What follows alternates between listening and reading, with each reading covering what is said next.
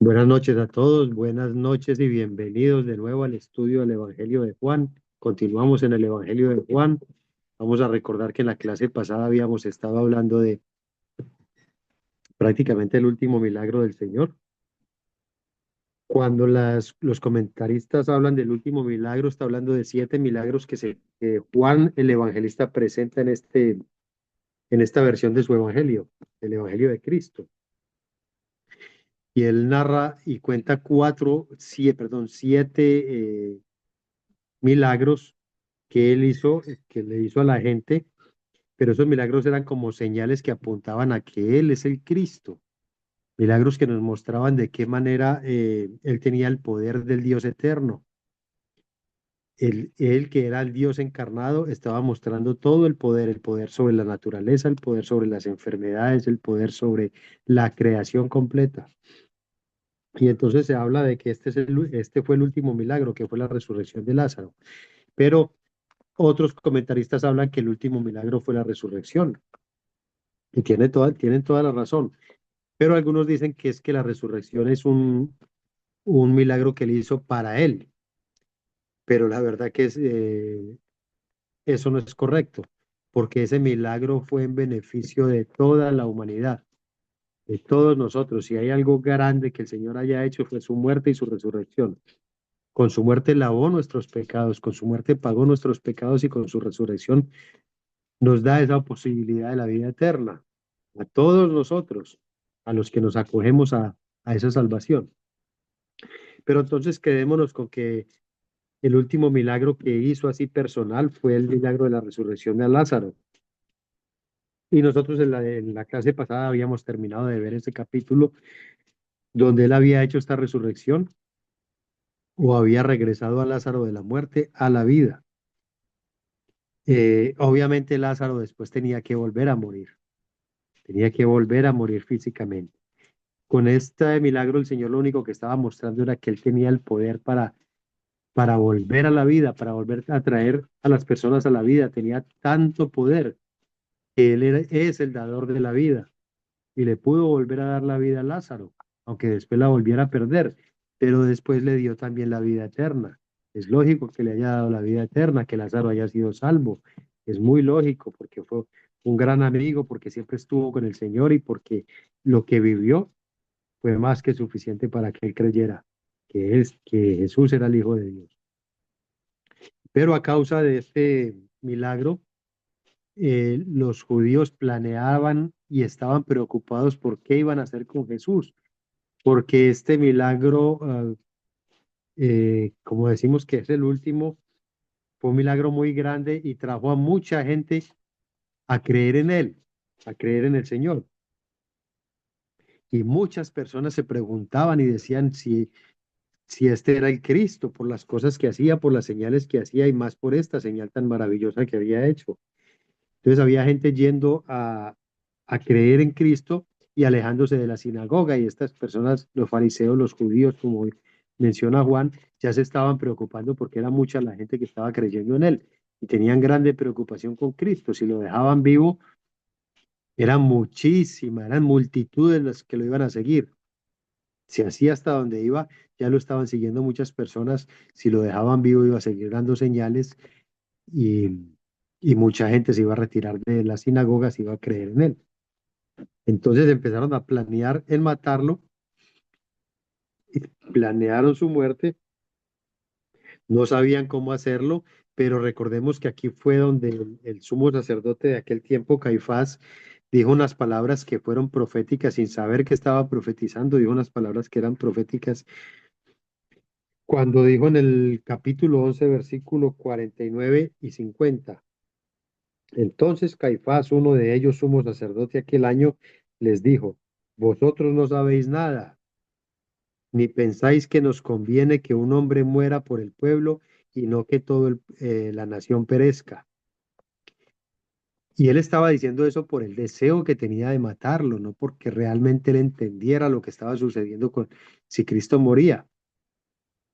Él solamente estaba viendo que si Cristo seguía vivo, eh, lo iban a declarar como el Mesías, como el ungido del Dios eterno.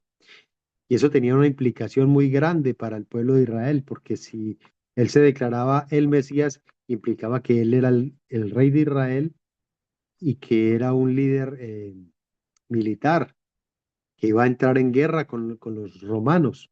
Y eso era un peligro para el pueblo de Israel porque los romanos iban a venir y iban a acabar con ellos. Y este Caifás lo dijo solamente por eso, para que los romanos no vinieran a acabar con este pueblo. Pero dijo unas palabras que trascendieron y van a trascender hasta el fin del mundo, que él iba a morir para que toda la nación se salvara. Y no solamente toda la nación, sino todo el mundo. Así que Caifás estaba profetizando allí, usado por el Dios eterno, como siempre nosotros sabemos que el Dios eterno pone a los líderes, quita líderes y los usa, como cuando dijo mi siervo Ciro, que era un rey de los persas, y él dijo mi siervo Ciro, porque le estaba sirviendo al Señor en ese tiempo. Así que con esto entendemos que estos judíos ya han planeado matar a Cristo. Y Cristo en este momento pues no podía estar en Jerusalén porque hubiera sido eh, el objetivo de ellos, atraparlo y matarlo. Entonces empecemos a leer este capítulo 12 después de ver este pequeño repaso del capítulo 11. Empecemos a leer el capítulo 12, vamos a leer del versículo 1 al 8, a ver qué nos dice esta primera parte. Dice el Evangelio de Juan en el capítulo 12. 6 días antes de la Pascua vino Jesús a Betania, donde estaba Lázaro, el que había estado muerto y a quien había resucitado de los muertos. Y le hicieron allí una cena. Marta servía y Lázaro era uno de los que estaban sentados a la mesa con él. Entonces María tomó una libra de perfume de nardo puro, de mucho precio, y ungió los pies de Jesús y los enjugó con sus cabellos, y la casa se llenó del olor de perfume, del perfume. Y dijo uno de sus discípulos, Judas Iscariote, hijo de Simón, el que le había de entregar, ¿por qué no fue este perfume vendido por 300 denarios y dado a los pobres? Pero dijo esto se cuidara, no porque se cuidara de los pobres, sino porque era ladrón y teniendo la bolsa sustraía de lo que se echaba en ella.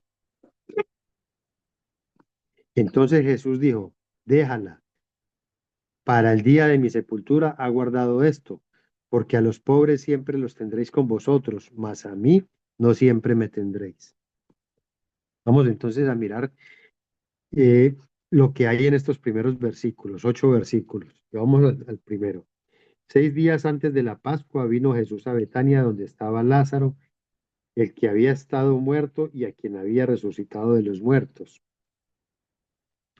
Así que después de esa resurrección es probable que Jesús estaba en otro lugar. Las escrituras no especifican dónde estaban. Los evangelios sinópticos, pues puede que den una luz, pero en este punto a nosotros no nos interesaría mucho de dónde vino, dónde estaba él, qué pasó después de la resurrección de Lázaro, porque supuestamente pasó algún tiempo después de esto. Y dice que 6 días antes de la Pascua, de la fiesta de la Pascua, o sea que esta sería la última Pascua que el Señor iba a vivir. Por lo tanto, son 6 días antes de la muerte de él, 6 días antes de su muerte. Y seguramente estaba en otro lugar diferente, pero no se especifica, como lo dijimos ahorita, no se especifica de dónde llegó. Y dice que llegó 6 días antes de esa Pascua. Según algunos estudiosos de todas estas fechas y de todos estos números, decían que esa Pascua en ese tiempo se había celebrado en un 14 de Nisan, que siempre se celebra el 14 de Nisan, no importa el día que caiga, y que ese 14 de Nisan de ese año caía un día jueves. Así que era muy probable que el Señor había llegado a Betania un sábado o un viernes en la tarde o el sábado para el día de reposo, pero sucedieron muchas cosas, muchos eventos en ese tiempo que nos pueden indicar que pudo haber llegado el viernes antes de ese jueves de Pascua, una semana, casi una semana antes de esa Pascua. Y entonces dice que llegó donde estaba Lázaro, el que había estado muerto y a quien había resucitado de los muertos. sea que llegó a la casa donde estaba Lázaro y seguramente Marta y María, porque recordemos que normalmente en las escrituras cuando se menciona a Lázaro, por lo general Marta y María están allí. Parecía que era una familia muy unida, o por lo menos cuando el Señor estaba cerca de ellos, ellos estaban ahí porque querían estar con el Señor. Y entonces aquí nos aclara también que donde estaba Lázaro, el que había estado muerto y a quien había resucitado, llegó a ese lugar donde él estaba. Dice en el versículo 2 y le hicieron allí una cena. Marta servía y Lázaro era uno de los que estaban sentados a la mesa con él. Probablemente no era la casa de ellos, probablemente era en otra casa diferente. Algunos conectan este pasaje con los evangelios de Marcos y Lucas, donde hablan de que fue en la casa de Simón el leproso. Recuerdan que había un Simón que tenía lepra, no sé si han leído este pasaje, por eso no menciono mucho los otros evangelios, porque nosotros recién estamos estudiando el de Juan, y quien haya leído, pues sabrá que ahí se menciona un Juan que había sido curado, un Simón, perdón, que había sido curado de lepra, y probablemente fue en esa casa, muy probablemente, pero no tenemos certeza. Lo que sí tenemos certeza es que Marta estaba allí sirviendo en esa cena que habían preparado para el Señor. Y muy seguramente esta cena era con el propósito de hacerle un homenaje o hacerle un agasajo a aquel que había regresado a Lázaro de la muerte. Y ellos estaban muy agradecidos, felices por lo que había hecho y agradecidos con el Señor por haberles traído a su hermano de la muerte. Y seguramente muchas personas estaban allí con ellos porque fueron testigos de esto y querían también hacer ese homenaje. Dicen los comentaristas que por lo menos habían unas 15 personas, contando a los 12 discípulos, a Simón el leproso, si fue en la casa de Simón el leproso, a Marta y a María y algunas otras personas más. Así que estaban haciendo este homenaje, esta cena para el Señor, haciéndole una atención a Él en gratitud. Y si fue en la casa del leproso, pues el leproso también en gratitud por lo que había hecho por él. Entonces le hacen esta cena y dice que Marta estaba sirviendo. Parece ser que ese era como el don de Marta, estar sirviendo, el don de servicio. Porque en todas partes donde vemos a Marta, Marta está al servicio, siempre está sirviendo a la mesa. No sabemos si en esta casa le pidieron a ella que les ayudara o simplemente ella quería hacerlo o seguramente estaban en la casa de ellos también. No tenemos claridad acerca de esto, pero sí tenemos la claridad de que eh, Lázaro estaba allí, Marta estaba sirviendo. Dice en el versículo, vuelvo a leer el versículo 2 y le hicieron allí una cena. Marta servía y Lázaro era uno de los que estaban sentados a la mesa con él. Entonces María tomó una libra de perfume de nardo. Vemos que María también está aquí en la escena. Así que ahí están los tres, como siempre están los tres juntos, como los han mencionado, siempre los tres allí. Aquí también aparece María en la escena. Dice, entonces María tomó una libra de perfume de nardo puro de mucho precio y ungió los pies de Jesús y los enjugó con sus cabellos. Y la casa se llenó del olor del perfume. Primero que todo vemos a María. Como ya vimos a Marta al servicio, María está como cuando el Señor le dijo que ella escogió la mejor parte. Cuando el Señor le dice, Marta, Marta, Marta, siempre ocupada, siempre en tus labores. En cambio, María escogió la mejor parte, que era escuchar las enseñanzas de nuestro Señor Jesucristo, porque María estaba sentada a los pies del Señor, sentada allí escuchando las enseñanzas del Señor. Eso lo vemos en los evangelios sinópticos, aquí no lo vemos, pero creo que la mayoría de nosotros recordamos ese pasaje. Entonces, se conecta ese pasaje que María estaba sentada a los pies del Señor con esto, que ella enjugó los pies del Señor. Entonces, María siempre estaba a los pies del Señor, allí como una sierva de Él, aprendiendo de Él, del gran maestro, y ahora otra vez aquí a los pies de Él, enjugando sus pies con un perfume de nardo. Eh, Esto era un perfume, más que perfume, era como una especie de ungüento, pero era un ungüento un poco líquido. porque dice que enjugó los pies del Señor con esto. Y parece que era muy costoso porque tenían que traerlo al lomo de camello desde muy lejos. Y era nardo puro, una flor que solo estaba por allá en un país lejano y que tenían que ir a recoger, cosecharlo, procesarlo y llevarlo al lomo de camello. Entonces tenía un costo muy alto y era puro.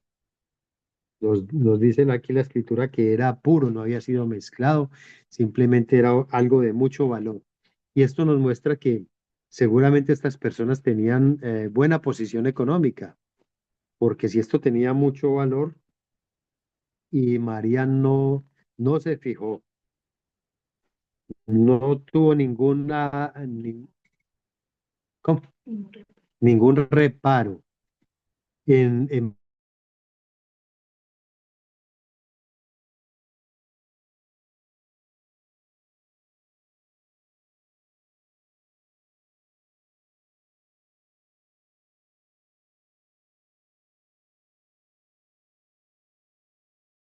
el tiempo en esa región oriental.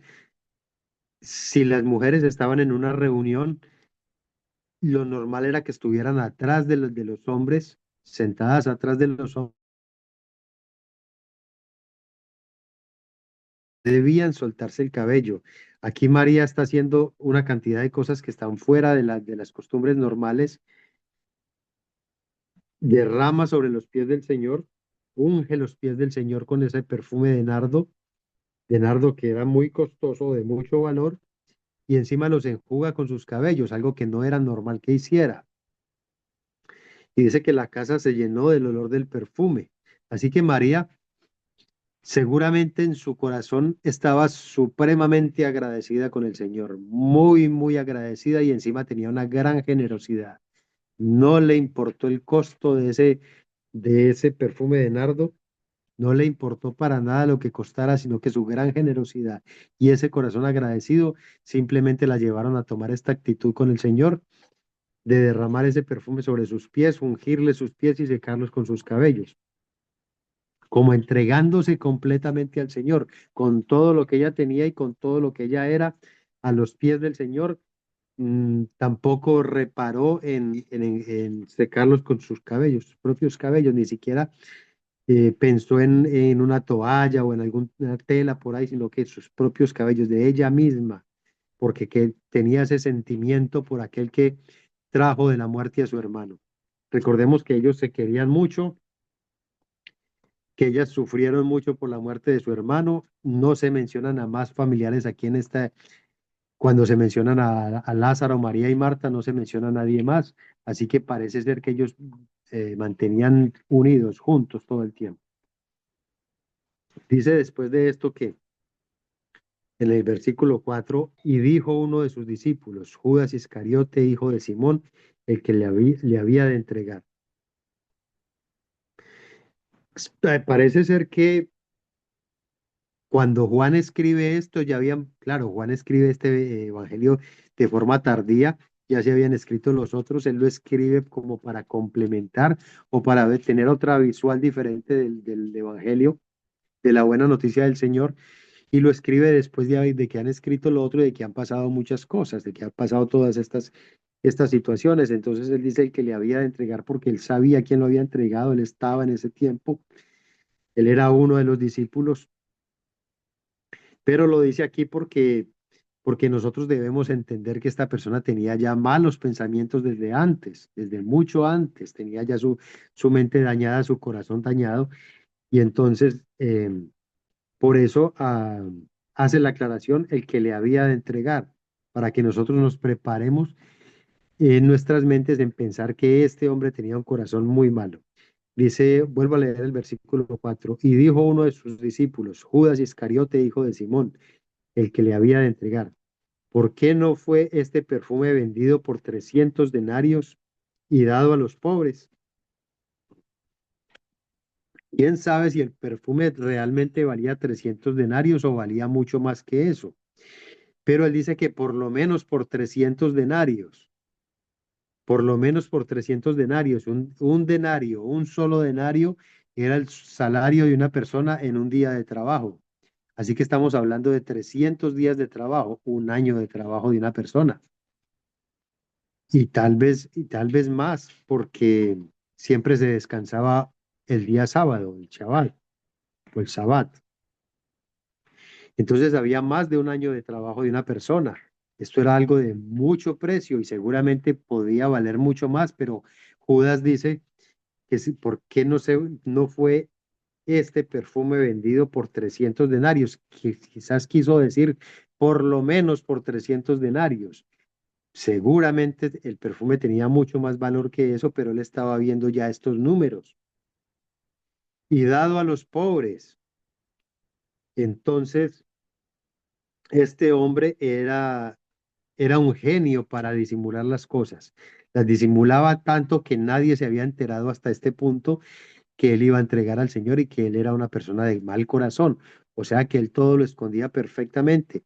Y cuando dice que dado a los pobres, seguramente estaba pensando en que les entregaran ese dinero para la bolsa de ellos, de los discípulos, para que ellos lo administraran para los pobres. ¿Para qué? Vamos a ver por qué. Dice el versículo 6. Pero dijo esto no porque se cuidara de los pobres, sino porque era ladrón y teniendo la bolsa sustraía de lo que se echaba en ella. ¿Qué quiere decir eso? Que él todo el tiempo estaba, como decimos nosotros, pellizcando el dinero, pellizcando a poquito, sacándole de allí. Entonces, teniendo 300 denarios más dentro de esa bolsa, le era más fácil sacar sin que se notara mucho.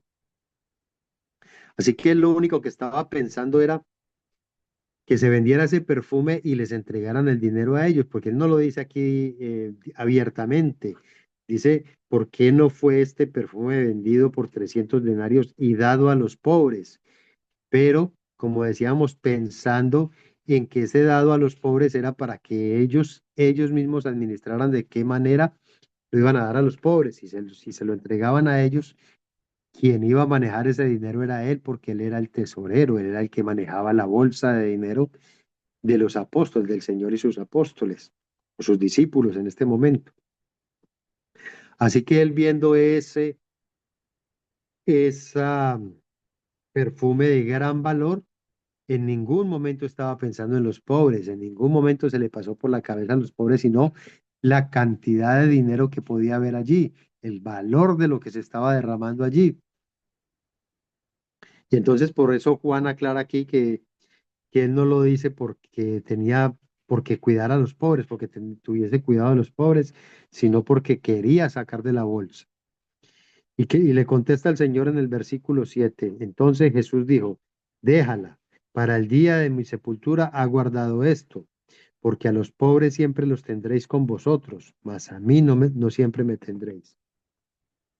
Este versículo 7 donde dice, déjala, para el día de mi sepultura ha guardado esto. Hay varias versiones de varias interpretaciones que le dan a este versículo. Algunos comentaristas interpretan que el Señor le estaba diciendo como que déjala y que guarde un poco para el día de mi sepultura. La verdad que yo miro esto y no entiendo de dónde sacan esta interpretación, porque aquí no dice déjala y que guarde un poco, aquí lo que dice déjala. Para el día de mi sepultura ha guardado esto, no que va a guardar, sino que la ha guardado. ¿Y qué está diciendo el Señor aquí? Que María ya entiende que muy pronto será la muerte del Señor. ¿Cómo María puede entender esto? Seguramente el Señor ha hablado con ella o ella ya tiene tanto discernimiento de los eventos que están sucediendo que ella ya sabe lo que va a suceder por todas las enseñanzas que el Señor le ha dado, porque su posición frente al Señor siempre fue a los pies de Él, aprendiendo de Él. Cada vez que se encontraban con el Señor, ella iba a aprender de Él, de sus palabras. Entonces, muy seguramente ella ya entendía muchas cosas o fue usada por el Espíritu Santo. Pueden haber muchas maneras en las que María entendía que el Señor ya estaba cerca a la muerte y el Señor interpreta eso y seguramente muchas de las personas que estaban aquí en esta cena coincidían con Lázaro, perdón, con Judas,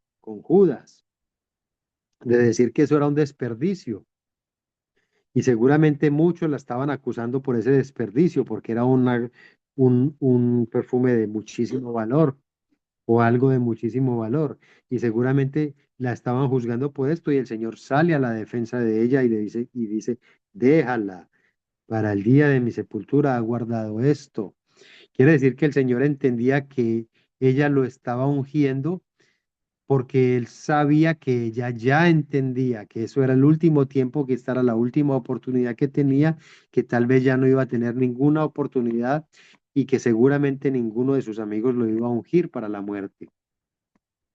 Entonces el Señor sale a la defensa de una mujer que entendía más allá de lo que todos entendían, sabía un poco más de lo que los otros sabían y se daba cuenta de que debía ungir al Señor porque el Señor trajo a su hermano de la muerte y ahora él se va a enfrentar a la muerte. Además agrega el Señor en el versículo 8, porque a los pobres siempre los tendréis con vosotros, mas a mí no siempre me tendréis. Les estaba diciendo, esta mujer está haciendo lo correcto. Ella se está entregando con todo lo que tiene, no le está importando el valor de las cosas. Y hace un contraste entre lo que hizo María de gran generosidad frente a lo que hace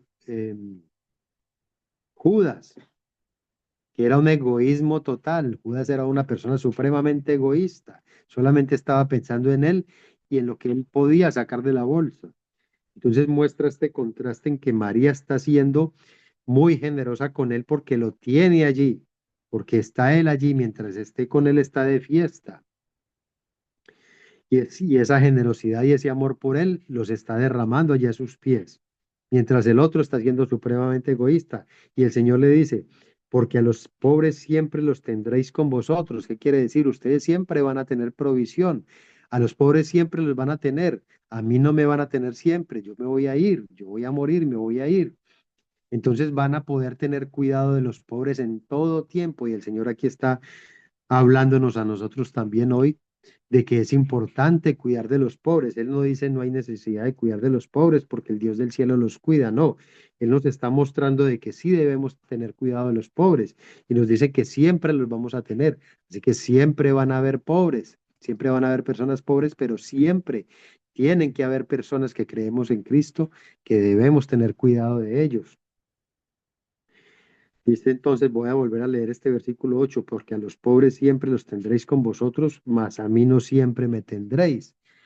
Así que esa generosidad de María él la estaba alabando porque ella estaba viendo que ese que es el Dios eterno que tiene ese poder de resucitar a los muertos o de revivir a los muertos, estaba ahí con ellos.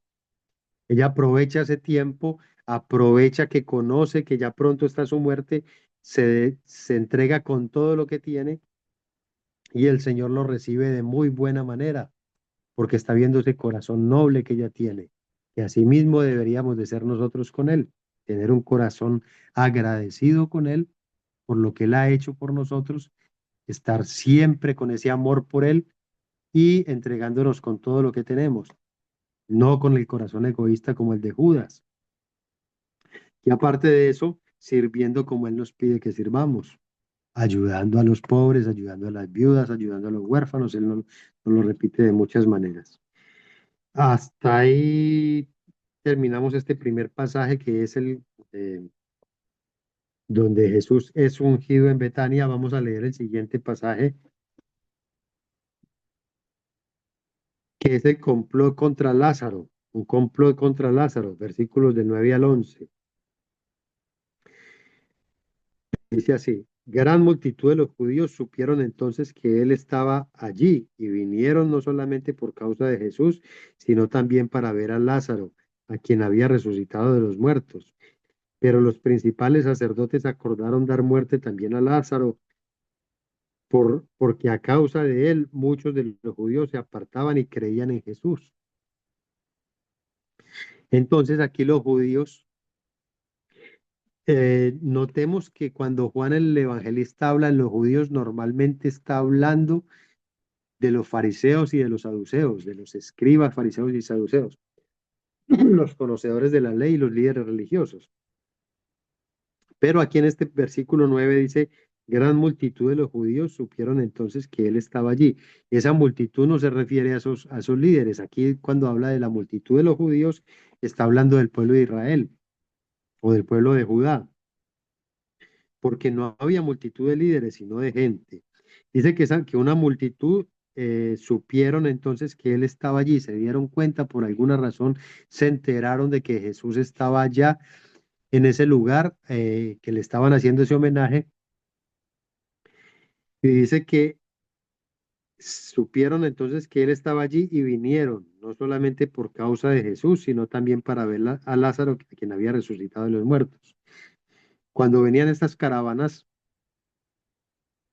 desde muchos rincones del oriente a la fiesta de la Pascua, recordemos que habían caravanas que venían por toda parte, desde, eh,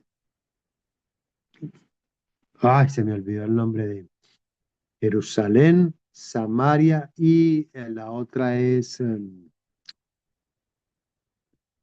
ay, se me fue el nombre de la otra parte del otro territorio, del otro territorio de los israelitas, mejor dicho, de las tribus del norte. De las tribus del norte también venían em, en caravana, y cuando venían en caravana siempre venían preguntándose, ¿irá a ir Jesús a la fiesta? Porque la gente ya lo quería ver. Muchos de ellos y muchos de esta multitud que está hablando aquí iban no porque tenían fe en el Señor, sino por ver esas cosas espectaculares que él hacía, por ver el espectáculo, no por escuchar las palabras del Señor. Y entonces ellos siempre se preguntaban, ¿irá a ir Jesús a la fiesta? ¿Irá a subir a la fiesta? Y entonces se preguntaban por eso, y cuando se dieron cuenta de que él estaba allí, entonces esa multitud fue allá no solo por ver a Jesús, de pronto por ver otro milagro de él, sino también por conocer a Lázaro, aquel que había sido resucitado de los muertos. Así que esa historia de la resurrección de Lázaro ya le había dado la vuelta a todo el pueblo de Israel. Ya todos sabían de esta historia y querían ir a ver a ese Lázaro. Y, ¿Y qué pasaba entonces? Que esta multitud quería ir a ver qué pasaba con los principales. Miren que aquí hay una diferenciación entre esta multitud de judíos y los principales. Aquí ya está diferenciando que estos judíos eran gente del común, y los principales sacerdotes acordaron dar muerte también a Lázaro. Así que hacen un complot también para matar a Lázaro, porque Lázaro ya se estaba convirtiendo también en una piedra de tropiezo para ellos. Ya no solamente era Cristo, ya tenían el plan para matar a Cristo, pero ahora también era Lázaro, porque la gente también quería ir a ver a ese hombre que había sido resucitado. Seguramente querían ir a hacerle muchas preguntas, seguramente tenían inquietudes y preguntar cosas acerca de lo que ellos no sabían o de lo que no entendían acerca de lo que hay después de la vida. Pero estos líderes religiosos empezaron a tener ya celos con Lázaro también, y ya lo querían matar. Por eso en el versículo 10 aquí dice que acordaron dar muerte también a Lázaro, y en el 11 dice, porque a causa de él muchos de los judíos se apartaban y creían en Jesús. Así que muchas de estas personas estaban creyendo en Jesús, pero esto no implica, acuérdese que cuando nosotros hablamos de ese creer, el Señor sabía que muchos de ellos creían no por una fe, no creían con una fe salvífica, sino que creían porque veían esos milagros que le hacían y querían ver más cosas como esas. No creían que este era el Mesías, sino que querían ver esas, creían que él podía hacer muchas cosas.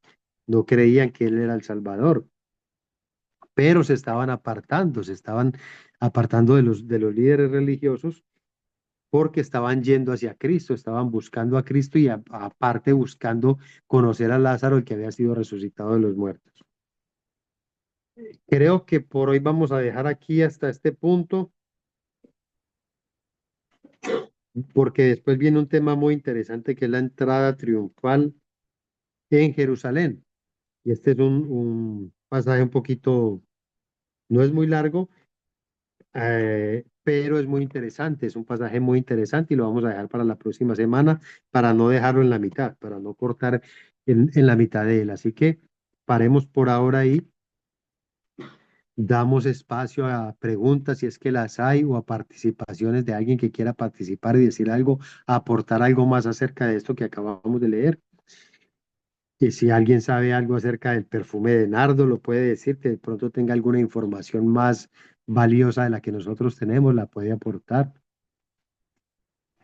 Adriana, Profesor, no, solamente algo que me llama la atención de que aquí los judíos solamente querían matar a Lázaro porque por el testimonio de Lázaro la gente se estaba convirtiendo a Jesús. Entonces, para ellos no perder a sus seguidores, preferían matar a Lázaro para que se cortara ese testimonio ahí. terrible, terrible la situación de ellos. Y recuerdan, si alguien recuerda el capítulo 10, cuando estudiábamos el capítulo 10, que hablaba del redil, de las ovejas, del buen pastor, de la puerta, y el Señor les dice que hay un buen pastor que es Él y que hay unos malos pastores que vinieron antes de Él, y que esos malos pastores solo vinieron a robar y a matar y a destruir. Y cuando Él les dice eso, aquí están calcaditos ellos. Están matando o quieren matar a las ovejas del redil, están matando a una oveja del Señor, quieren matar a una oveja del Señor. Esos son malos pastores que solo les interesa el salario que ellos van a recibir, el beneficio para ellos, pero no se ocupan de las ovejas del pastor. Entonces esto nos conecta ya con ese regaño que el Señor les dio cuando les dijo que ellos eran malos pastores, los pastores malos que no se preocupaban por las ovejas del redil, sino que simplemente se preocupaban por el salario que iban a recibir y estaban sacando que ni entraban ellos al reino de los cielos, ni permitían que otros entraran. Por el contrario, los estaban llevando a la muerte. Y aquí los vemos claritos, claritos, lo que son ellos, falsos o malos pastores que no se ocupan de las ovejas del Señor. Muy buena esa participación. ¿Alguien más quiere decir algo? Vemos que no más. Guarden entonces las preguntas para la próxima clase. Vamos a orar y terminamos. Padre grande, Padre santo, Padre eterno, todopoderoso, Señor nuestro y Dios nuestro. Padre, gracias por este tiempo, gracias por esta enseñanza maravillosa, gracias por tus palabras, Padre, que son palabras de sabiduría para nosotros hoy, Señor. Tanta y tanta sabiduría. Nosotros solo miramos la superficie, solo escarbamos un poco allí, pero aún así hay grandes cosas para nosotros. Padre, síguenos enseñando, síguenos guiando a tu verdad, síguenos mostrando estas cosas maravillosas y guíanos a todo aquello que tú esperas que tú esperas que nosotros conozcamos, entendamos y vivamos. Te pedimos, Señor, que bendigas a cada uno de los que hemos estado aquí reunidos, que nos sigas dando el crecimiento, dando este alimento para crecer cada día en santidad, para que nuestros espíritus se fortalezcan y podamos vencer en la batalla, en esta batalla de la fe. Clamamos tu bendición, te damos gracias, te pedimos, Señor, que perdones cada uno de nuestros pecados y que nos ayudes a reconocerlos todos los días y que nuestras miradas siempre estén puestas en ti y no en este mundo. Te lo pedimos en el nombre grande, santo y poderoso de tu Hijo amado, nuestro Redentor y Salvador Jesucristo. Amén.